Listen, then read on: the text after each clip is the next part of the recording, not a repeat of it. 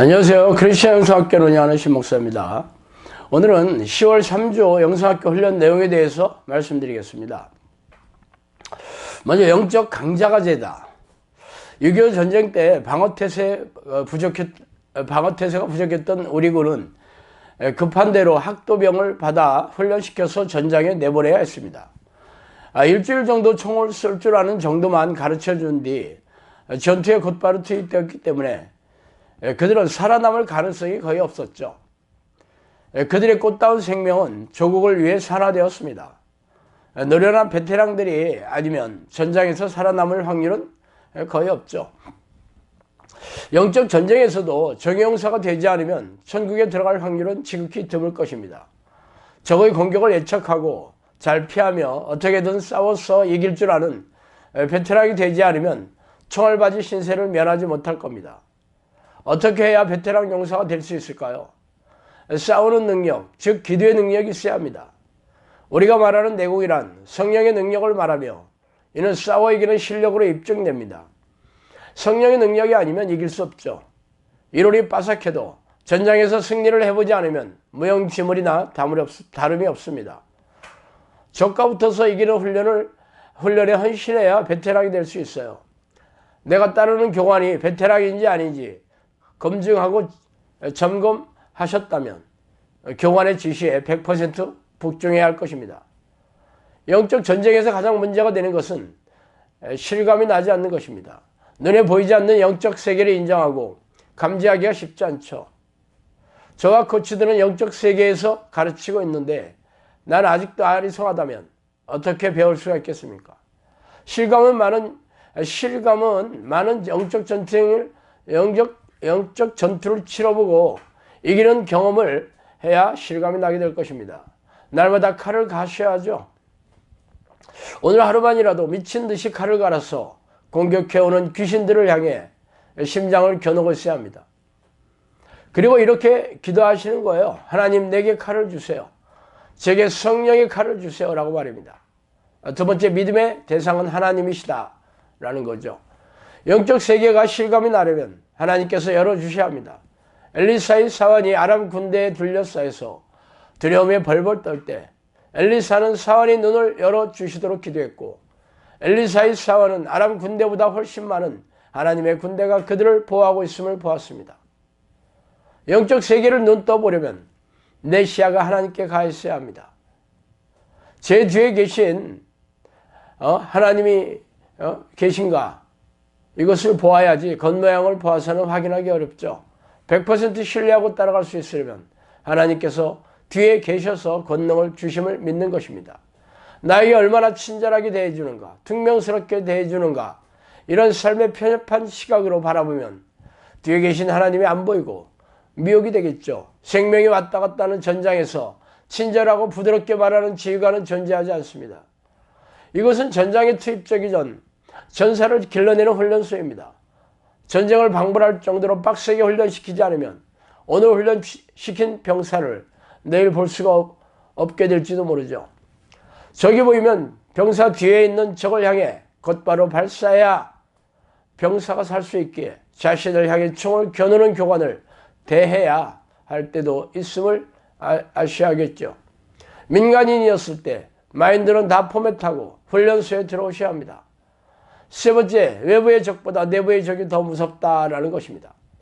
믿음으로 모세는 장성하여 바로의 공주의 아들이라 칭함을 받기를 거절하고 도리어 하나님의 백성과 함께 고난받기를 잠시 죄악의 낙을 누리는 것보다 더 좋아하고 그리스도를 위하여 받는 수모를 애굽의 모든 보화보다 더 큰 재물로 여겼으니 이는 상 주심을 바라는 뿐이니라.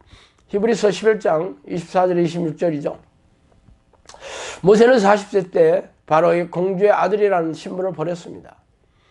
왜냐하면 하나님의 뜻대로 살려는 마음 때문이었죠.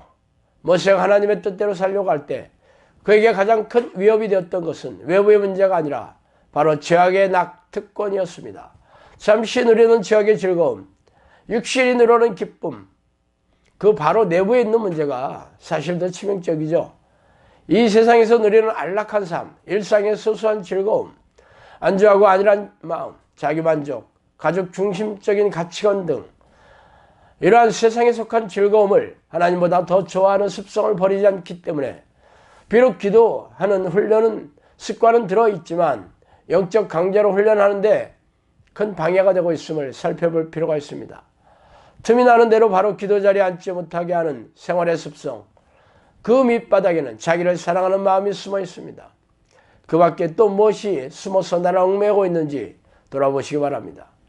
우리가 기도하면서 더욱더 치열하게 훈련해야 할 것은 죄와 싸우는 것이죠. 기도하면서 낙심하고 실망하면 절대로 안 됩니다. 지금까지 한 기도가 모두 꽝이 된다는 것을 알고 계셔야겠죠. 왜 그 정도까지 생각해야 하냐면 믿음이 없는 것이기 때문입니다. 믿음이 없이 하는 기도는 질이고 양이고 따질 것 없이 그저 종교 행위에 불과한 것이죠. 낙심이나 절망은 하나님께 대드는 것입니다. 심판이 파울이라고 별칭을 줬는데 되돌면 옐로우 카드를 받죠. 심판에게 불복종하는 것은 그 어떤 벌칙보다 더 무겁습니다. 우리가 나는 왜 성령이 안 오시지? 나는 아직도 귀신이 안 나가고 있는데 왜 그러지? 아무래도 난 안 되나 봐 하는 생각들은 바로 하나님 왜 나에게 이렇게밖에 못해요? 왜 약속을 안 지켜주시죠? 당신이 하나님이에요? 하고 삿대질하는 것이나 다름이 없습니다. 이 마음을 절대 품으면 안 됩니다. 만일 죄를 지었다면 회개하면 됩니다. 마음이 밝아질 때까지 예수피로 씻어주세요. 용서해주세요. 기도하세요. 한 시간에도 마음이 안 밝아진다면 그러면 하루 종일 하세요. 하루 종일에도 안 밝아진다면 그 다음날도 하시는 겁니다. 며칠이든 몇 주든 마음이 밝아질 때까지 하세요. 아니 회개 기도를 했는데 왜 마음이 안 밝아지지? 하는 생각은 바로 내가 기도하고 있는데 왜 용서를 안 해주는 거예요? 하고 대드는 것입니다. 그런데 이런 생각을 너무 쉽게 하고 있어요. 하나님께 대드는 사람이 하나님의 선물을 받기 어렵겠죠. 이런 생각이 사라질 때까지 자유로움이 생길 때까지 하세요.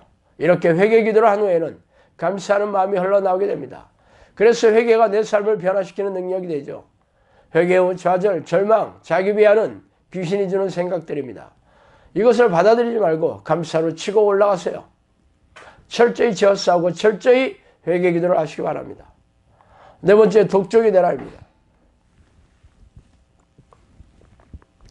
하나님을 만나기 이전에 저는 어떤 일이든지 대강하는 법이 없었으며 제가 대우자동차에 영업사원으로 다닐 때 제가 신입사원이 1등을 했는데 남대문 일대에서 소전표를 하는 사장들을 상대로 카스 일들을 했기에 새벽 첫 차를 타고 남대문 시장으로 사람들을 만나러 다녔고 시장 골목골목을 누비고 다녀서 특히 이렇게 가축을 담는 도축시장을 자주 다녔어요. 그래서 옷에는 그 비린내가 아주 많이 배어 있었어요. 그렇게 치열하게 일했습니다. 제가 외국인 보험회사에 다닐 때도 재무설계에 대한 지식이 별로 없던 한국에 직접 외국에서 원서를 읽고 매뉴얼을 정리하여 사람들에게 재무설계를 해주고 사람들 스스로도 보험 상품에 가입하도록 했기에 빠른 시간에 다른 사람에 비해 전문가가 빨리 됐어요. 제가 그런 일생일대의 실패를 경험하고 난 후 하나님을 만나야겠다는 결심을 하고 성경을 뒤져가면서 기도할 때 성령께서는 제게 너는 죽기 살기로 나를 찾아왔다고 그렇게 말씀하실 정도로 인정을 받은 기억이 있습니다. 이렇게 기도의 모든 것을 걸고 독종처럼 하나님을 불렀어요. 그런데 우리가 하는 사람들이 하는 기도는 제가 보기에도 답답해요. 그런데 어떻게 하나님의 감동을 이끌어낼 수 있을까요?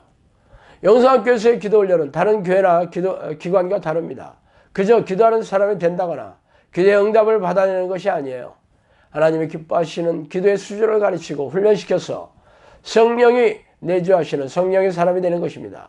4년간 훈련의 결과를 통해 명확히 알게 된 것은 그 수준에는 타협점이 없다는 것이에요.